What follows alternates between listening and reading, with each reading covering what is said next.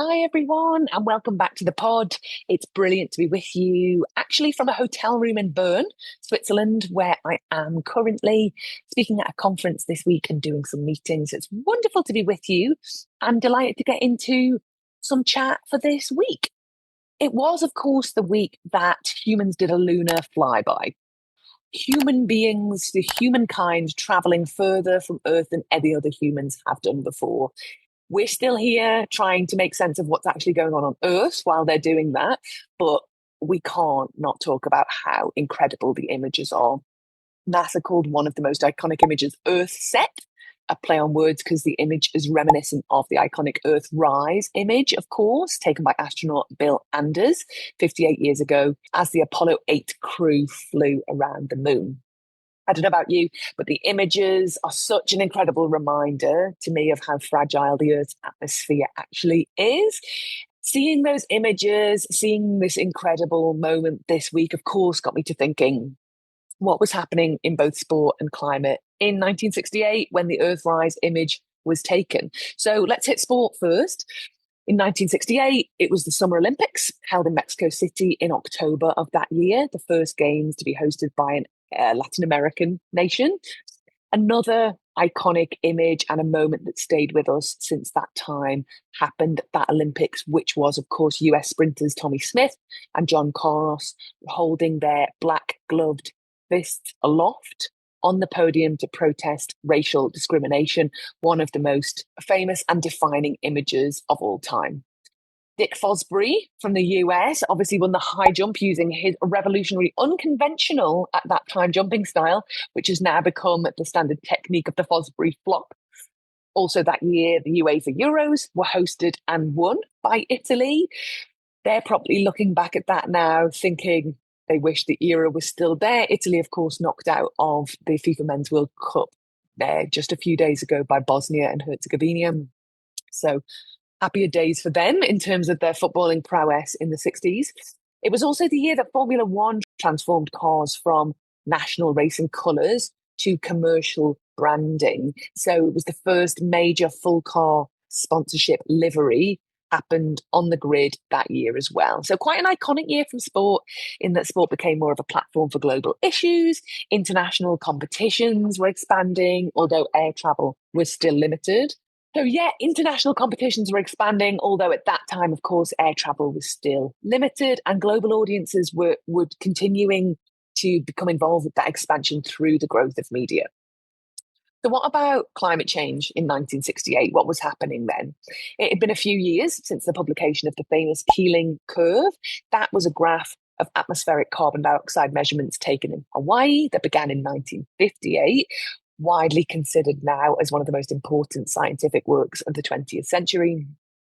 By 1968, the year we're talking about, early warnings had already been published about how humans were actively changing our atmospheric chemistry. So that came in the form of a 1965 report called Restoring the Quality of Our Environment, widely recognized as one of the first US federal documents to highlight the emerging problem of carbon dioxide and its potential to alter the Earth's climate.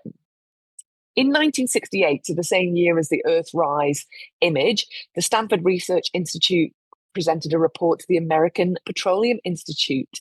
In it, warned the release of carbon dioxide from burning fossil fuels could carry an array of harmful consequences for our planet.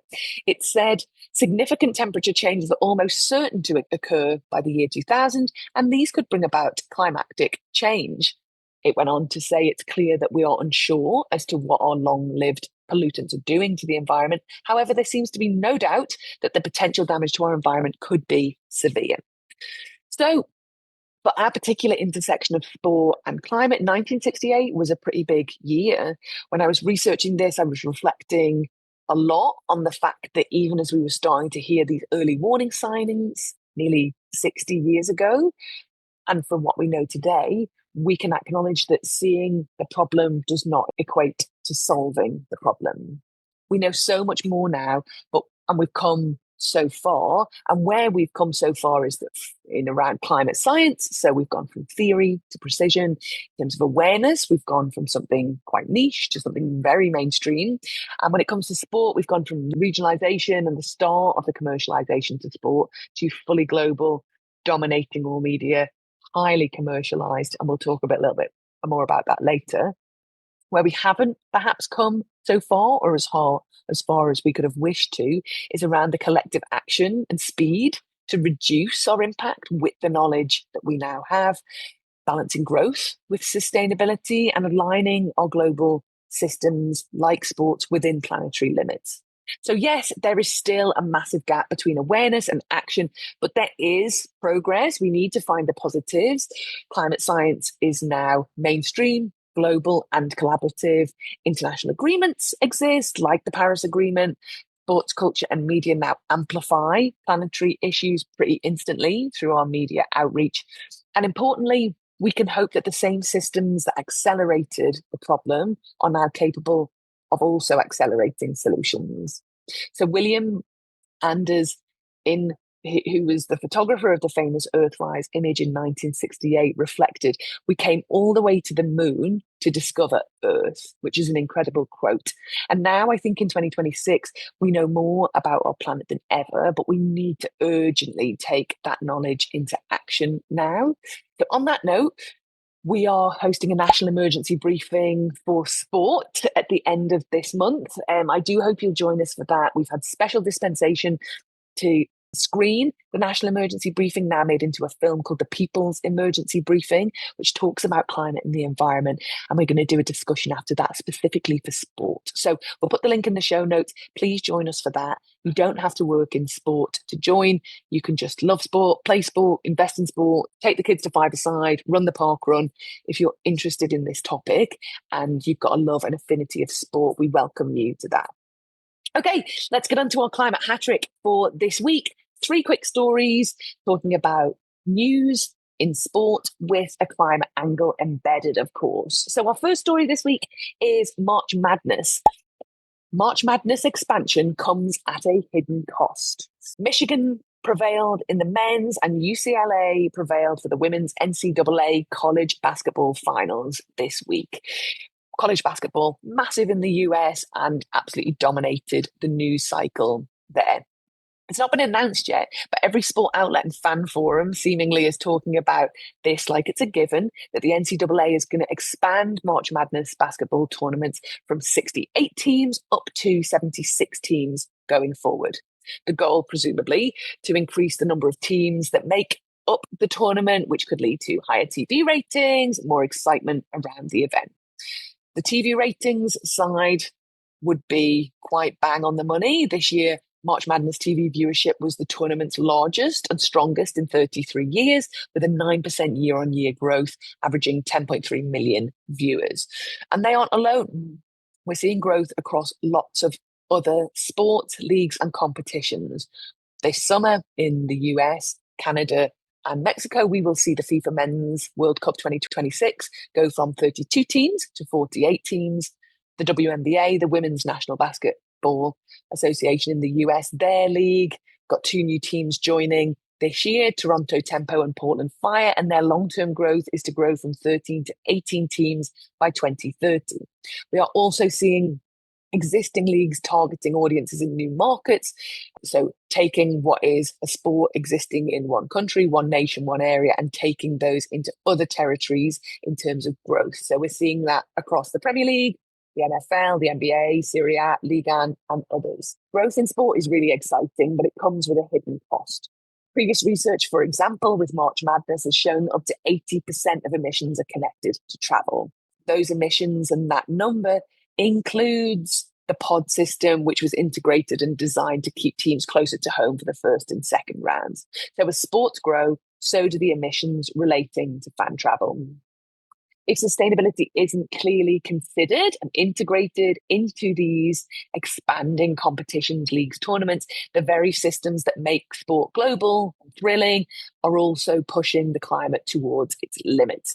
So we need awareness, we need smarter planning and collective action in sport to go some way to make growth part of the solution, not just the problem. But we also need to keep asking ourselves, how much growth is too much growth? Story 2, marathons, big sprint forward. World Athletics have announced this week that a major restructuring of its marathon competition is underway, with plans for a dedicated World Marathon Championship set to debut in 2030.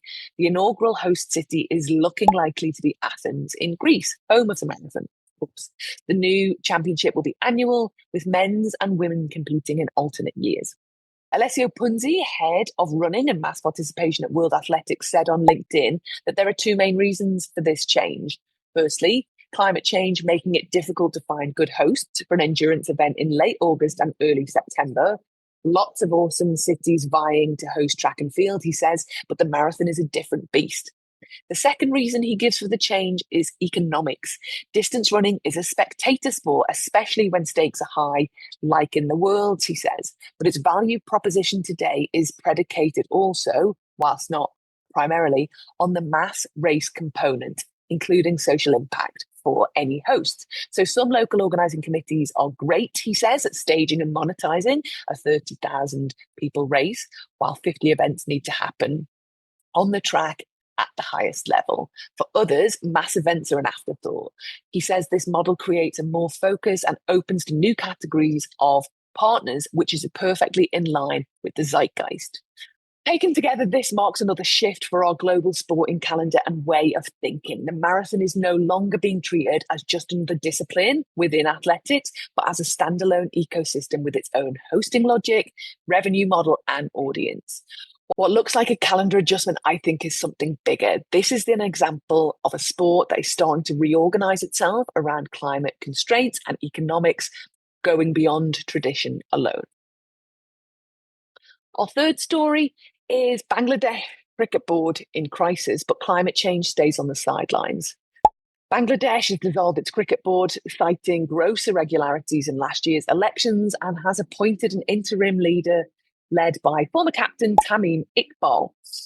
Cricket and politics are deeply intertwined in Bangladesh, with the sport affected by the turmoil following the 2024 uprising that ousted long-term leader Sheikh Hasina. For a nation so exposed to climate change, the story in cricket honestly remains pretty thin. Last year, a zero waste zone was piloted in a stadium. There are a good number of social posts that talk about the Bangladesh Cricket Board, BCB's collaboration with the Ministry of Environment. But as far as we can see, there's no major BCB-led climate strategy. Now, Tamim Iqbal is from a place called Chittagong, a coastal city vulnerable to cyclones, flooding, landslides, and he now heads the board. His leadership could turn this challenge into an opportunity to put climate resilience and sustainability at the heart of Bangladeshi cricket, giving the sport a chance to lead by example in a climate-impacted nation. Okay, our three big hat-trick stories for today. March Madness expansion comes at a hidden cost. The marathon's big sprint forward, and Bangladeshi cricket board in crisis, but climate action remains on the sidelines. Thank you for joining us for this week's Climate of Sport podcast. It's a pleasure to be with you, and I cannot wait to catch up again next week.